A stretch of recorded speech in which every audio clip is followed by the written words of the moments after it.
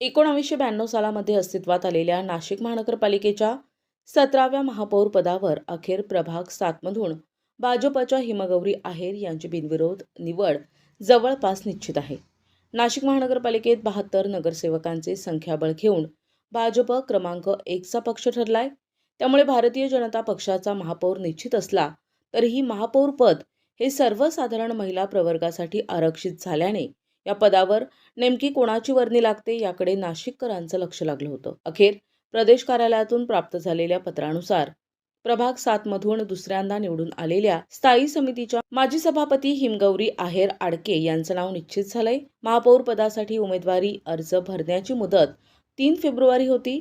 नामदार गिरीश महाजन हे नाशिकमध्ये तळ ठोकून होते। आगामी सिंहस्थ कुंभमेळ्याच्या दृष्टीने अभ्यासू नेतृत्वाची गरज असल्याचं गिरीश महाजन यांनी सांगत महापौर पदावर अखेर हिमगौरी आहेर आडके यांची वर्णी लागली आहे। दरम्यान महापौर पदाच्या शर्यतीत प्रभाग 1च्या नगरसेविका दीपाली गणेश गीते यांचंही नाव अग्रभागी होते। दीपाली गणेश गीते या स्थायी समितीचे माजी सभापती गणेश गीते यांच्या पत्नी असून त्या भाजपच्या नगरसेविका असल्याने त्यांचंही नाव प्रामुख्याने महापौर पदाच्या शर्यतीत होते। मात्र अखेरच्या क्षणी दीपाली गीते यांचं नाव मागे पडले आणि हिमगौरी आहेर आडके यांच्या नावावर एकमत झाल्याने शहराध्यक्ष सुनील केदार यांच्या उपस्थितीत हिमगौरी आहेर आडके यांनी आपले नामनिर्देशन पत्र नगर सचिव विभागाकडे दाखल केले आहे। यावेळी आमदार राहुल ढिकले, निलेश बोरा यांच्यासह भाजपचे नगरसेवक मोठ्या संख्येने उपस्थित होते। यावेळी गिरीश महाजन यांनी पक्षाची भूमिका स्पष्ट केली। आज भारतीय जनता पक्षातर्फे आमची जवळपास 72 नगरसेवक 122 पैकी या ठिकाणी निवडून आलेले आहेत। क्लिअर मेजॉरिटी आमची या ठिकाणी आहे आणि म्हणून आम्ही आज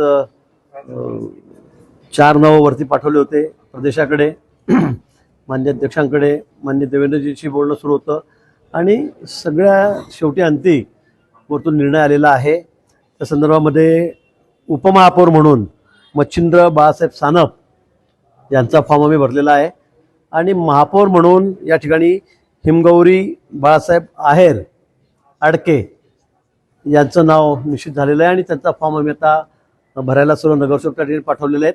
मला वाटतं तो फॉर्म आता भरला गेलेला असेल, पण हिमगौरी आडके आणि मच्छिंद्र सानप ही 2 नावं महापौर आणि उपमहापौर म्हणून आम्ही या ठिकाणी दिलेली आहेत।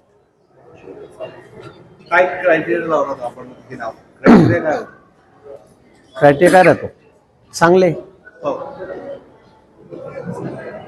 चांगले कार्यकर्ते, चांगले नगरसेवक। कुंभमेळा यावेळेला आहे, आपल्याला सर्वांना कल्पना आहे, सगळ्या देशाचं आणि जगाचं लक्ष कुंभमेळ्याकडे या ठिकाणी आहे आणि त्यामुळे सर्व समावेशक सगळा विचार करून